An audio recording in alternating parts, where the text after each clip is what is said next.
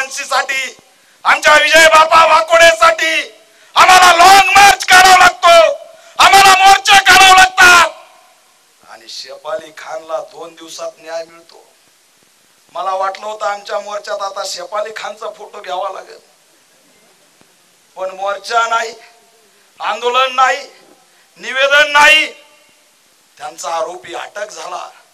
Special encounter दया नाईक कमराला बंदूक लावून तिथं गेला. मीडिया, ट्विटर, नेते सगळे शेफाली खानच्या न्यायासाठी या ठिकाणी उभा राहिले.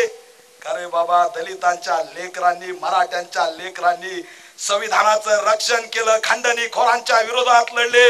आमचा संतोष देशमुख स्वतःसाठी गेला नाही, आमचा संतोष देशमुख एक बौद्ध समाजाच्या माझ्या सोडवण्याला वाचवायला गेला आणि तुम्ही त्याला त्या ठिकाणी मारून टाकलं.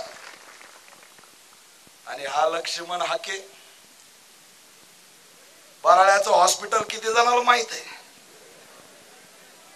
त्याला बराळ्याच्या हॉस्पिटलच्या गोळ्याची गरज आहे म्हणे. कोपर्डी 2 होणार आहे म्हणे मोर्चातून. काय येड सटाकलंय का काय मला काय कळणार. आणि म्हणे शेतकऱ्याकडे 10 लाख रुपये आले कुठून? अरे शेतकऱ्याची लायकी काढतो, शेतकऱ्याची लक्ष्मण हाके लायकी काढणार, कोपर्डी 2 आणणार म्हणे. हे असं बोललं तरी कुणी चौकशी करत नाही. काय याला ताब्यात घेतलं जात नाही? कोण दंगल घडवणार आहे? काही नाही. कोपर्डी 2 नाही. या ठिकाणी फक्त लक्ष्मण हाकेच्या पोटात दुखतंय, कारण मोर्चामध्ये निळा, भगवा, पिवळा आणि हिरवा या ठिकाणी आलाय. दुसरं तिसरं काही नाहीये. हे आंदोलन हत्याकांडाच्या विरोधात आहे. पण या आंदोलनात एक महाराष्ट्रात फुले शाहू आंबेडकर छत्रपती शिवाजी महाराजांचा विचार जिवंत होतोय आणि सामाजिक सलोखा वाढतोय, म्हणून यांच्या पोटात दुखायला लागलंय. दुसरं तिसरं काही नाही. आणि म्हणून मित्रांनो, जाता जाता एवढंच सांगतो की हा बंड आता आपल्याला आणखी तीव्र करावं लागणार आहे, कारण न्याय मिळत नाही. लॉंग मार्च करावं लागला. संतोष देशमुखचा भाऊ धनंजय देशमुखला टाकीवर चढावं लागलं, टाकीव चढावं लागलं.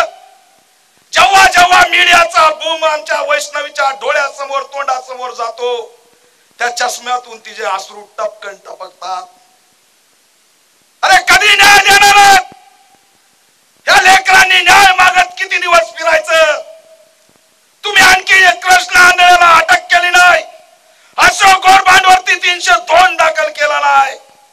अरे ती जिगरबाज माऊली आणि वैष्णवी सोमनाथ सूर्यवंशीची आई आणि संतोष देशमुखची लेक सरकारचे 10 लाख रुपये तोंडावर फेकून दिले आणि न्याय पाहिजे, पैसे नाही म्हणणाऱ्या या जिजाऊच्या रमाईच्या लेकी. कधी न्याय